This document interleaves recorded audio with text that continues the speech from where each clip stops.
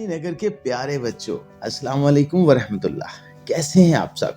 उम्मीद है सारे बच्चे बिल्कुल ठीक ठाक होंगे। आज मैं आपको एक मर्तबा फिर तारीख में लेकर जाना चाह रहा हूँ। जी हाँ, तारीखी कहानियाँ आपको मुझे पता है बहुत पसंद है। और ये जो वाक़या सुनाने जा रहा हूँ वो नमारक की लड़ाई का वाक़या है। जी हाँ, जो ईरानियों के साथ मुसलमानों की पहली लड़ाई। इसमें ईरानियों ने शिकस्त खाई तो ईरानी हुकूमत ने इस शिकस्त का बदला लेने के लिए शहजादा नरसी को एक और जबरदस्त फौज देकर मुसलमानों पर हमला के लिए भेजा। इस फौज और इस्लामी फौज के दरमियान सकातिया के मुकाम पर घमसान की लड़ाई हुई। ईरानियों ने इस्लामी फौज पर बार बार जोरदार हमले किए, लेकिन मुसलमानों के तेज वतन जवाबी हमलों के सामने उनकी कुछ पेश न चली और वो बुरी तरह शिकस्त खाकर भाग खड़े हुए। इस लड़ाई में बेशुमार माले गनीमत मुसलमानों के हाथ आया। उसमें खाने पीने की चीजें बहुत बड़ी मिकदार में थी। इनमें खजूर की एक खास किस्म नरसियान भी थी। ये बहुत ही मजेदार थी और इसमें दिल को लुभाने वाली बहुत ही खूबसूरत खुशबू थी। ईरानी फौज के बड़े अफसरों के सिवा ये और किसी को नहीं दी जाती थी। लेकिन जब ये कई मन की मिकदार में मुसलमानों के हाथ आई तो इस्लामी लश्कर के सिपाहसालार हजरत अबू उबैद सकफी रहमतुल्लाह अलैह ने ये खजूरें अपनी फौज के सारे सिपाहियों में तकसीम की। बल्कि इराक के जिन इलाकों पर मुसलमानों ने कब्जा कर लिया था वहाँ के गरीब किसानों को भी खिलाई और इनका 5वां हिस्सा मदीना मुनव्वरा के मुसलमानों के लिए अपने खलीफा हजरत उमर फारूक रजी अल्लाह की खिदमत में भी भेजी।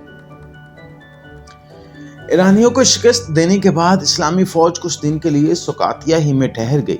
वहां से हजरत अबू उबैद ने फौज के छोटे छोटे दस्ते भेजकर इर्द गिर्द के सारे इलाके को भी फतह कर लिया। इस इलाके में बेशुमार गांव थे।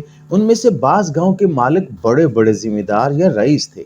एक दिन दो बड़े रईसों ने नहायत उम्दा उम्दा खाने पकवाए और उन्हें लेकर हजरत अबू उबैद की खिदमत में हाजिर हुए। हजरत अबू उबैद ने उनसे पूछा, ये खाने कैसे हैं?